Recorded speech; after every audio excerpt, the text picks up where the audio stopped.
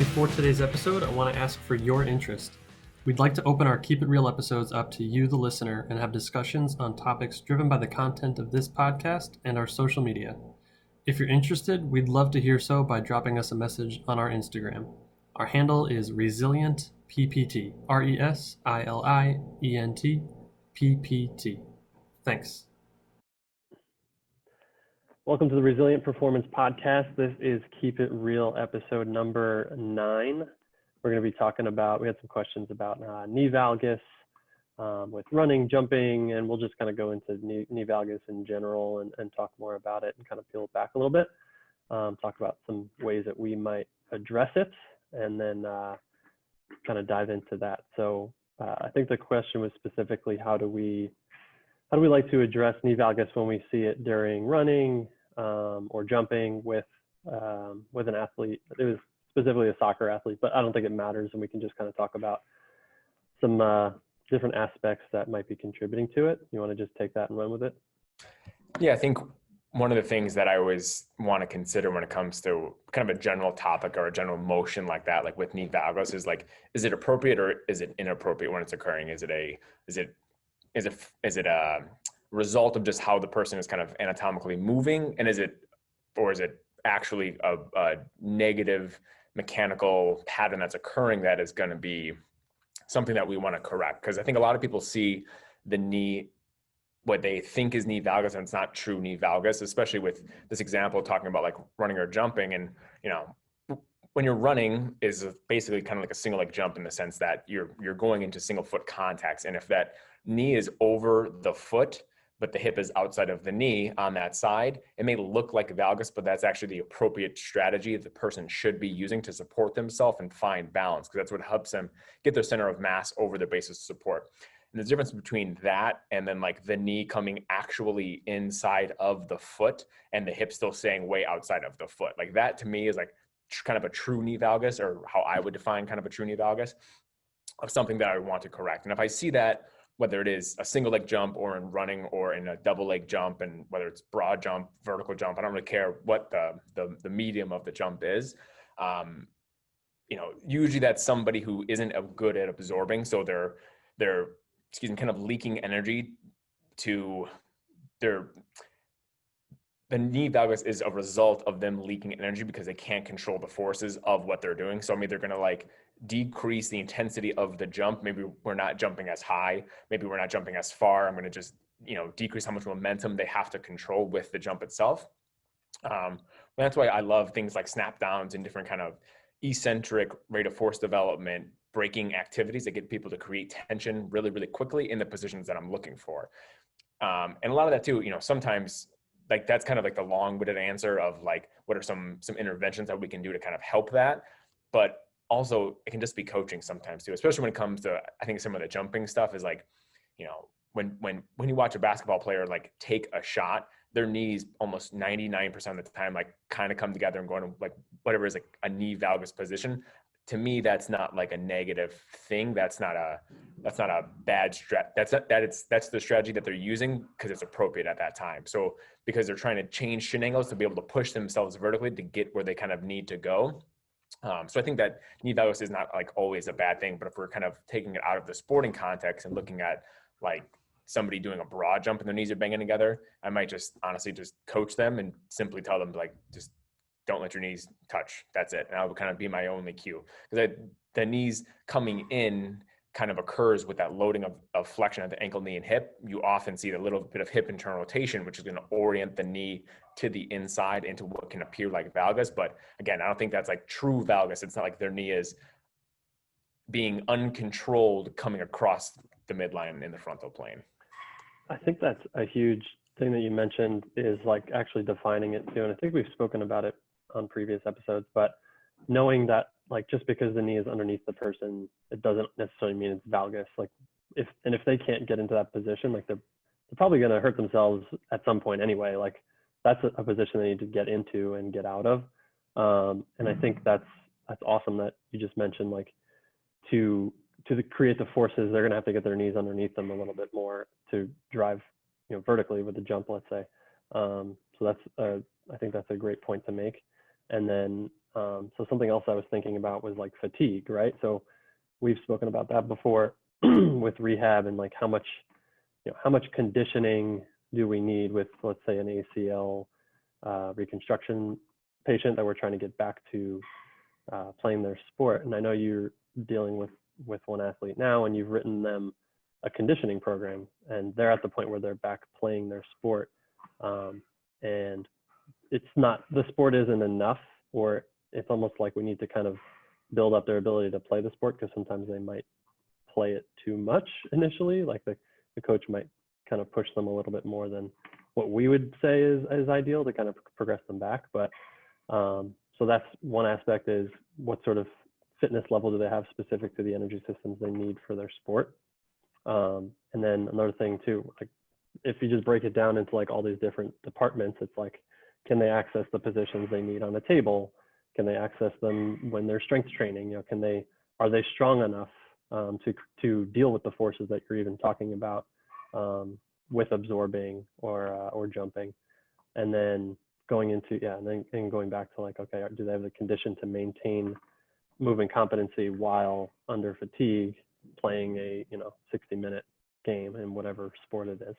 You want to just touch on some of the, not that your athlete is displaying knee valgus, but ultimately like how to address anything is just having an appropriate plan, having a program that gives the person what they need for their goals for their sport, and having it be well-rounded and hitting all of the different checkpoints, like getting the elasticity you need, getting the power, the strength, the conditioning. You want to just touch on some of the ways you I think got into that? It's understanding like what are the qualities that they need, what are the end stage qualities that they need to be able to display, and then if we can kind of backtrack from that, how do we get them to be able to display those qualities appropriately? So like in the end stage, people have to be able to be fast and explosive and quick and all these things that have basically like displaying strength or elasticity with a very kind of strict time component in sports. That's kind of what athletes kind of end up having to be able to do, whether they're sprinting or whether they're throwing a ball or whether they're hitting an opponent, or it doesn't really matter what the context is, but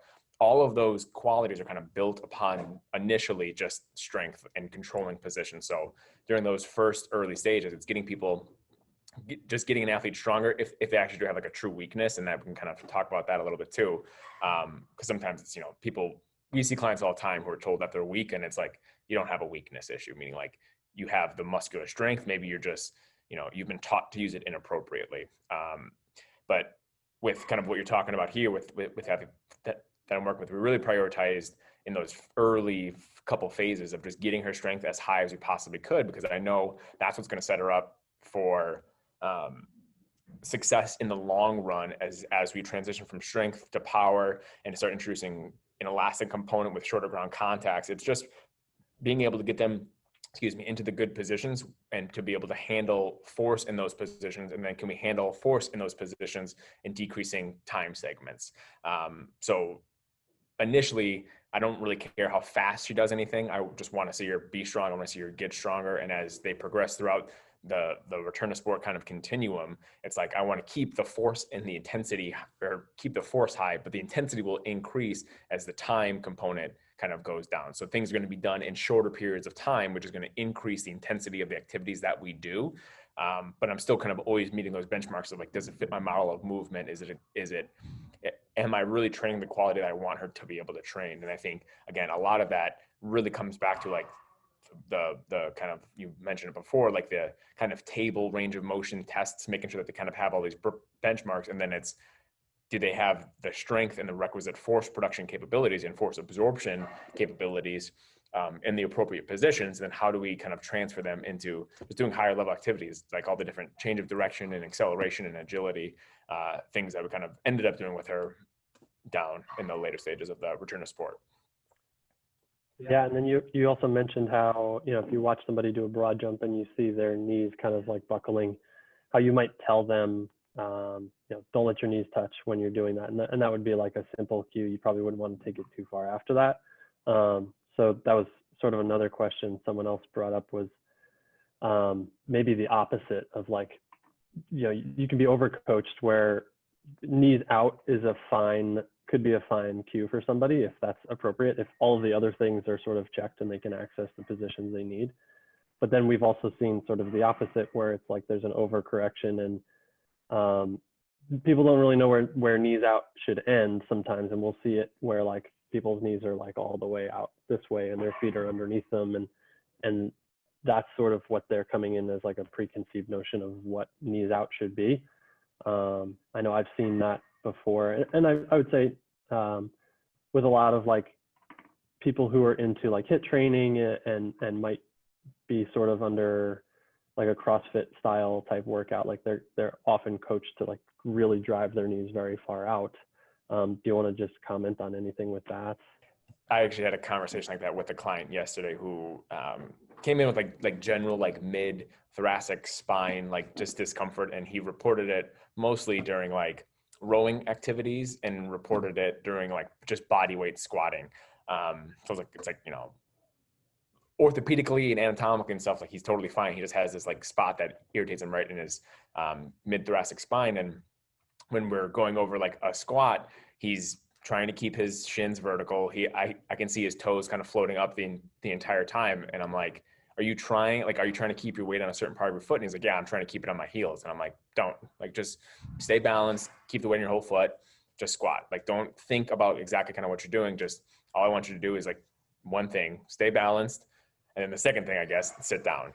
And then he's like, yeah, no, I don't feel that in my back anymore. And it's like, well, but I was always told that I should keep my weight on my heels. And it's like, that's a good cue.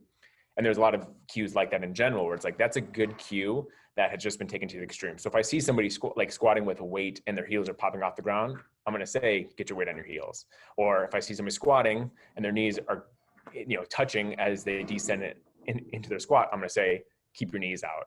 But when that just becomes the kind of canned cue that everybody then receives, you're really like, we're kind of doing a disservice, and we're not letting people kind of find the appropriate movement strategy, which the one thing I always want people to feel is to feel balanced. So, you know, it's just kind of people get over coached, and there's a cue that was, you know, that was given to somebody at one point in time that has just kind of become the number one cue that coaches kind of start to use. And I think that's a lot of times when people come into us, they have like a preconceived notion that like, oh, I shouldn't do this because they've been told at some point in time by some authority figure, by some coach that they respect, by some therapist that they respect, that they shouldn't be doing these things. And I think one of the ways that I usually kind of tackle that is I ask them like, you know, like, well, why should, you know, like, oh, I shouldn't let my knees go over my toes. And I'm like, well, why not? Like, what's wrong with that? Why is that a bad thing? And I'll kind of put the emphasis on them to like rationalize it to me. And if they can convince me, that's great. They can convince me. And then they were right. But, you know, I kind of say that jokingly because I know what my answer is going to be to like their response for that. But yeah, it's like, there's a lot of things that just people naturally do. And then when it gets taken to the extreme, they get told to do the opposite, to kind of be in the middle. But then when people are in the middle, they get a cue that takes them, they get that exact same cue that then takes them to the extreme. So I think that's just kind of something we see in like example with the rowing, instead of being like taught to just pull his arms back, it was like pinch your shoulder blades together. So if he's always pinching his shoulder blades together, he's always extending his thoracic spine, he's going to keep irritating that spot. And my cue was just pull your arms back, just pull your arms against your side. You're still doing the movement, you're still doing a row, but you're just using more efficient strategy rather than focusing only on like the specific shoulder blade movement. We're making it kind of more of a total body movement. Yeah, definitely. And then just thinking too about like, if you do all of your strength work where your knee is never like in line with your foot or inside of your foot, if you only do strength work on like the outside part of that sort of spectrum, and then you go and play a field court sport athlete where you need to rotate around your femur and like change direction, like that's probably worse if you never actually have to put stress through your knee in like a straight position or slightly even like knee in.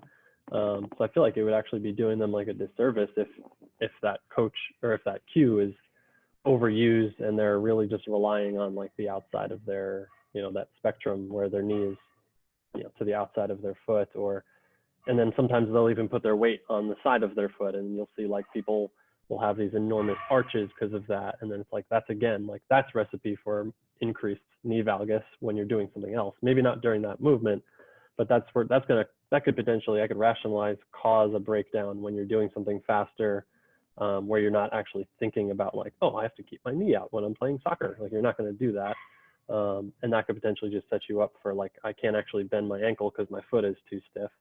And then boom, knee valgus, or I can't actually load my knee in this straightened position, so it's going to buckle on me, and I just can't deal with those forces. So that's definitely an important distinction for people to realize is like not all cues are like gospel, and they're good for at certain points, but it should almost be like, well, when is it no longer useful to even use that cue? Because then you're just overusing it and could potentially be causing other problems.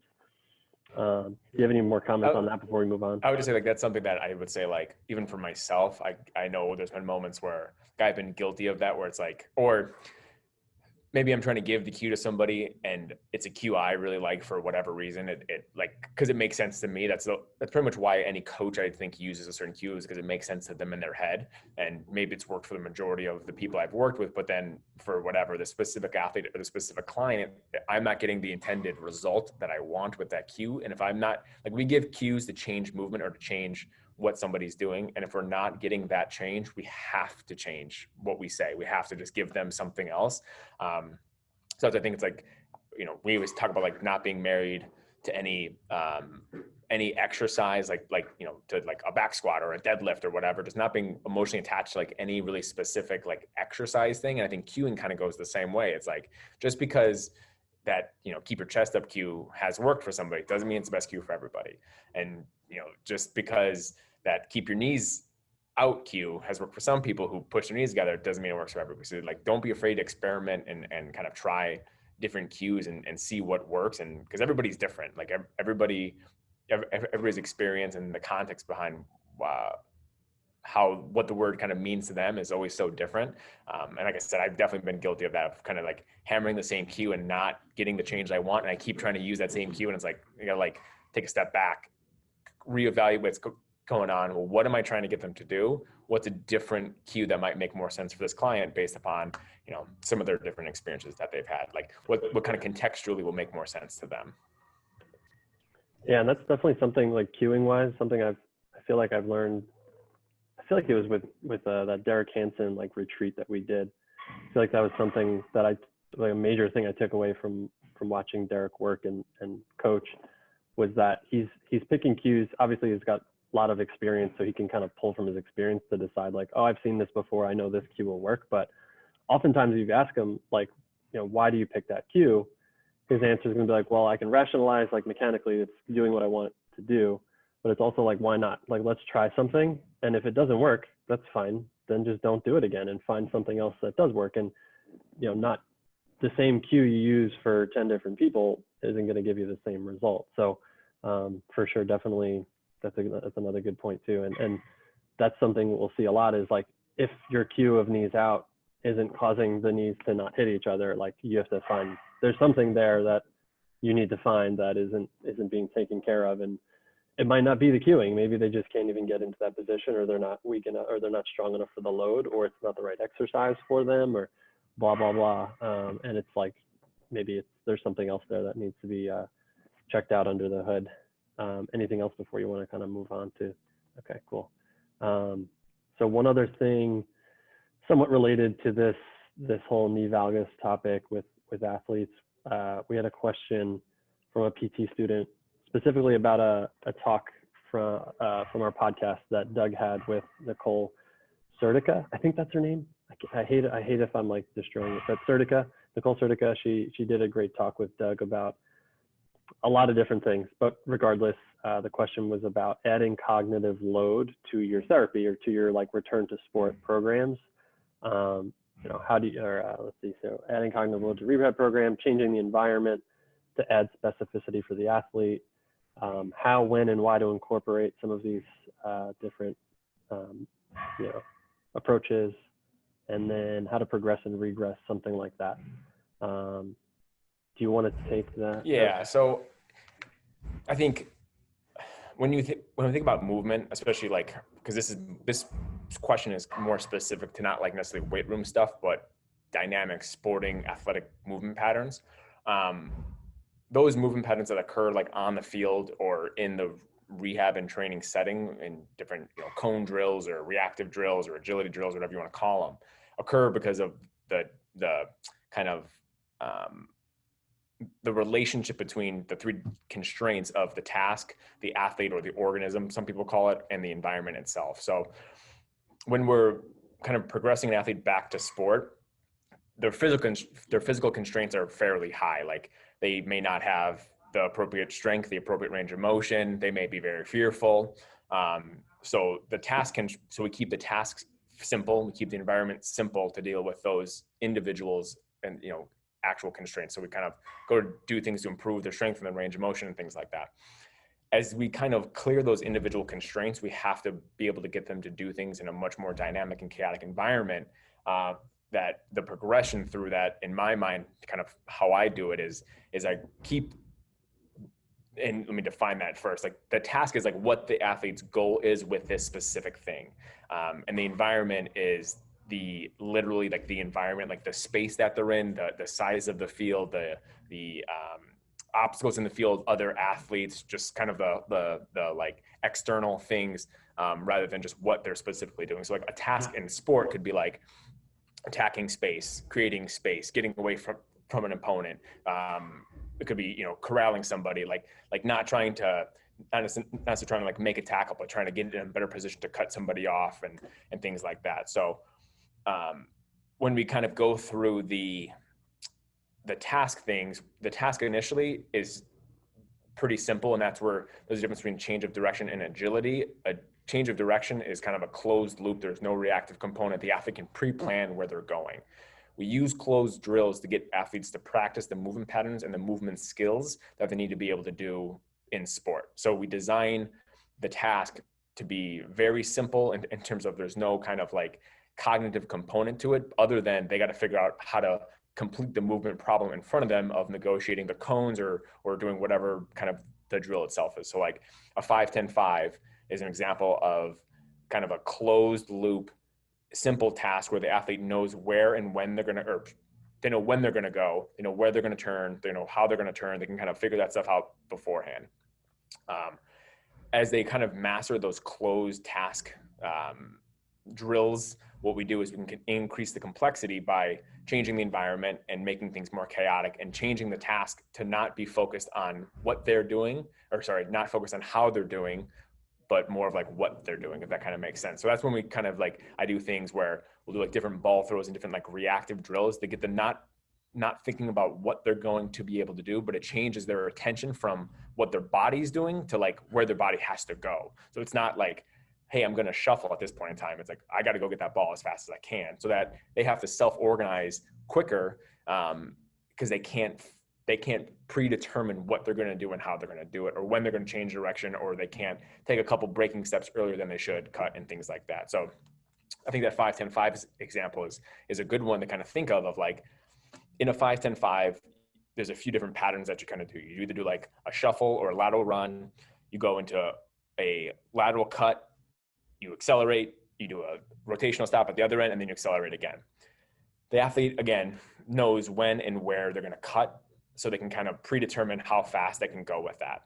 We can then get somebody to do that exact same distance and do those same patterns in a reactive way if we were doing like a mirror shuffle drill. And with my athlete, if they're the defender and I'm on offense and their job is to mirror me, I, as the person in charge of it, I can predetermine where I'm going to go. So I'm going to do that same kind of 5-10-5 pattern, but the athlete does not know it. So they're going to be having to kind of figure out from a cognitive standpoint, like what I'm doing to keep up with me and keep in a good position relative to their opponent, and do the exact same thing. So I could still elicit those same movement patterns without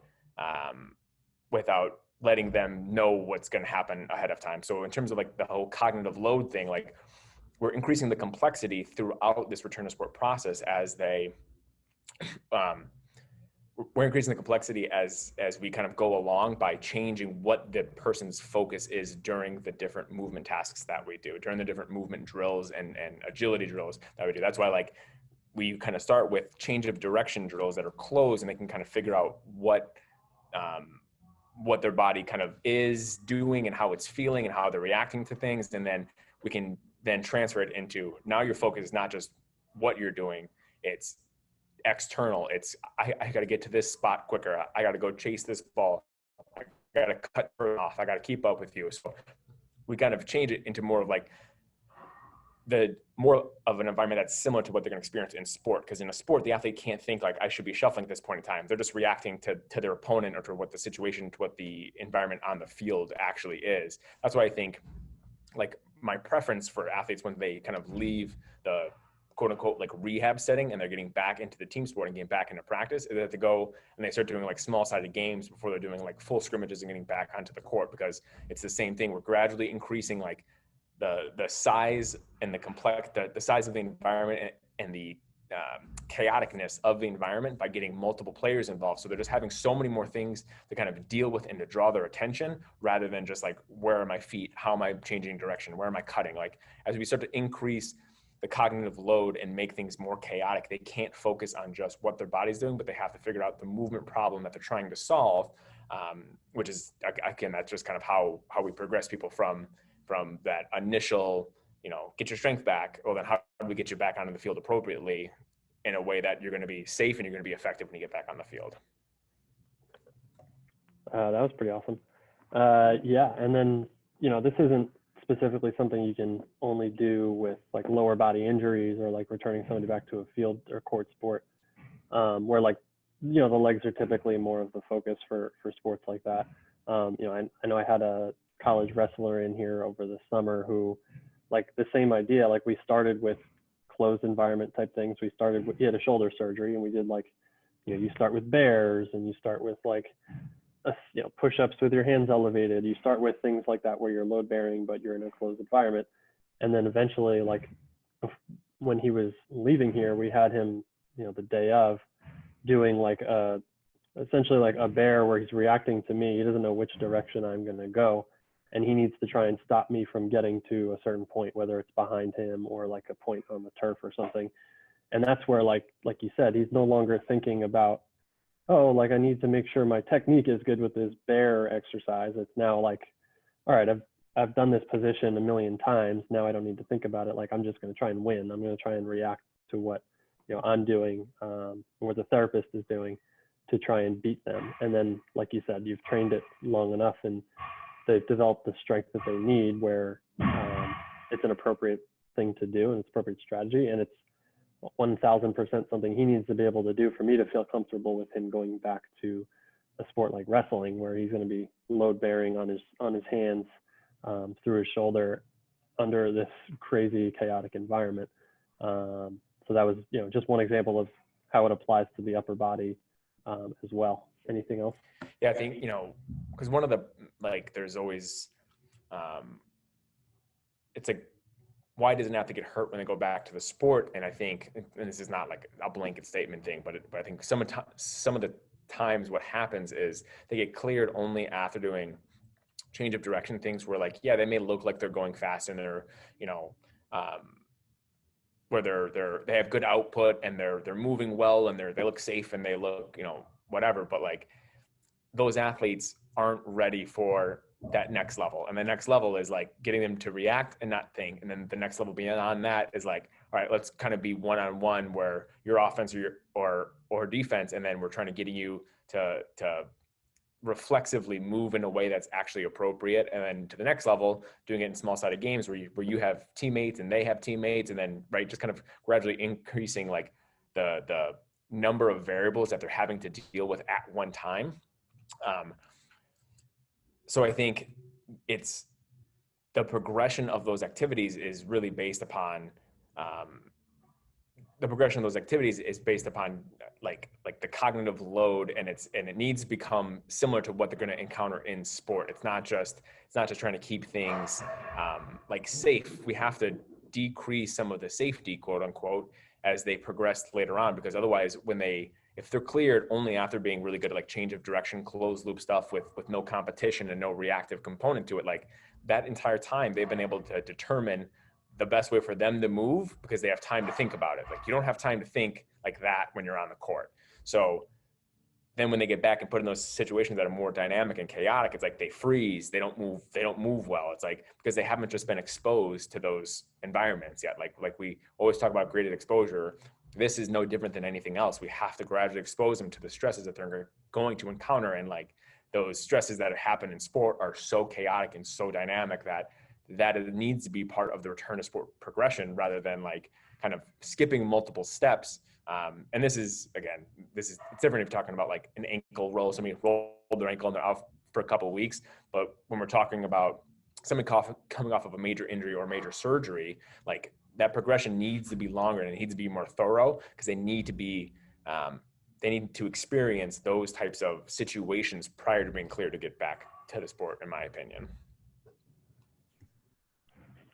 Yeah, definitely. And I don't think the question was getting at it, but I feel like we've seen people do like math problems with their athletes, like while they're running or something. And I don't think that's what the question was about, but just want to be clear that that's not the cognitive load we're looking for. And though it might not seem like cognitive load, actually just changing their environment is the best way to increase cognitive load, sort of to summarize what you're saying. And then it's specific to what they're going to do. They're not going to be doing math on a soccer field. So they need to be dealing with an ever-changing environment, different sizes and different amounts of chaos over time to, like you said, expose them over time gradually to get back to where they want to be.